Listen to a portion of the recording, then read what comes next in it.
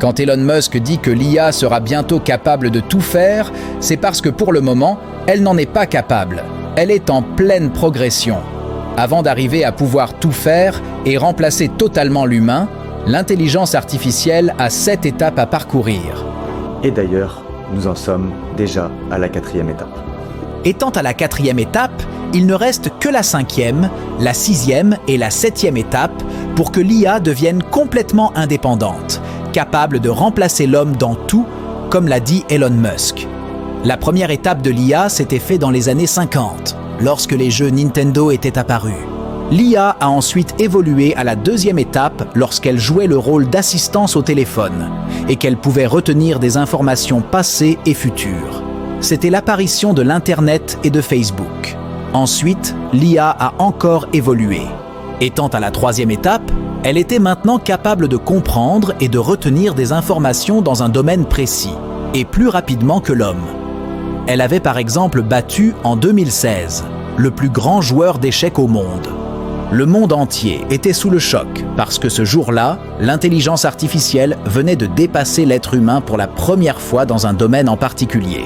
L'IA a ensuite avancé à la 4e étape et c'est l'étape à laquelle nous nous trouvons aujourd'hui, où elle peut non seulement comprendre les concepts perplexes, mais également résoudre de nouveaux problèmes et aller encore plus loin jusqu'à générer des idées créatives très intéressantes. Elle peut imiter la capacité humaine de réflexion et de raisonnement. Elle peut par exemple regarder pour toi la bourse sur le marché, analyser des données financières et économiques, prédire pour toi les tendances du marché tout en te suggérant de meilleurs investissements et surtout selon l'état actuel du marché. L'intelligence artificielle est actuellement en train de tendre vers la 5e étape à laquelle elle se fait chair et devient un humain appelé robot humanoïde. À l'étape 5, l'IA sera capable de comprendre, d'apprendre et de mettre en œuvre des connaissances dans tous les domaines aussi rapidement qu'un homme. Elle pourra aussi apprendre une nouvelle langue par elle-même. On n'aura pas besoin de programmer une langue à l'intérieur. Elle pourra lire et écrire, créer de la musique et trouver des solutions mathématiques très complexes. Tout ceci sans lui avoir fourni des données au préalable. Elle pourra aussi voyager, avoir soif de découvrir de nouvelles connaissances. Un peu comme si elle aura une conscience propre à elle-même, avec des émotions humaines. Une fois à la 6e étape, l'IA possédera des capacités cognitives ou intellectuelles dépassant l'humain de loin. Elle surpassera l'humain dans tous les domaines, si bien que les êtres humains ne seront plus l'espèce dominante de la Terre. Quand cette IA aura progressé à l'étape 6, elle pourra tout faire mieux que les humains, et surtout sans avoir besoin de se reposer. À l'étape 7, qui est l'étape finale, l'intelligence artificielle ou encore les robots humains seront capables de s'améliorer continuellement à un rythme qui dépasse de très loin les capacités humaines de contrôle ou de compréhension. Si vous n'êtes pas au courant de cela, il n'y a pas longtemps qu'Elon Musk a annoncé qu'il venait de mettre pour la première fois une puce dans le cerveau humain. À cette 7e étape, l'IA sera totalement indépendante en devenant un robot humanoïde, avec une conscience humaine dépassant même celle de l'humain.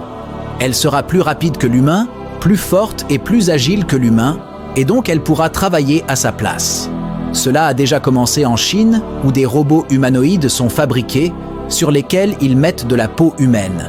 Ces robots dirigent déjà des entreprises chinoises et sont même des présentateurs de journaux. Bonjour à tous, je suis Tang Yu, patronne de l'entreprise NetDragon. C'est une première mondiale. Une intelligence artificielle nommée PDG. Tang Yu, c'est son nom, est à la tête de l'une des plus grandes entreprises de jeux vidéo du pays. En Corée du Sud, ils en ont fabriqué en masse beaucoup de robots humanoïdes. Aux États-Unis surtout, cela existe déjà. Des robots vont jusqu'à tenir des conférences de presse. Et certains travaillent dans des entreprises. En Europe, ces robots sont déjà fabriqués. Ils sont donc en train de créer en masse des robots en forme humaine afin de les placer dans toutes les sphères de la société. Ainsi, lorsque vous serez chez vous, ne pouvant plus acheter ni vendre, et que vous aurez refusé la nouvelle religion mondiale et la marque de la bête, ces robots humanoïdes travailleront à votre place afin qu'il n'y ait de pénurie de main-d'œuvre. Ce qui est sur le point d'arriver est digne d'un film d'Hollywood. À en parler de cette manière, cela paraît comme de la science-fiction. Et pourtant, c'est ce qui est en train d'arriver.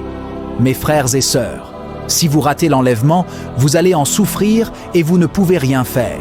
Comme l'a souvent dit un de nos présidents africains, vous allez vraiment en souffrir.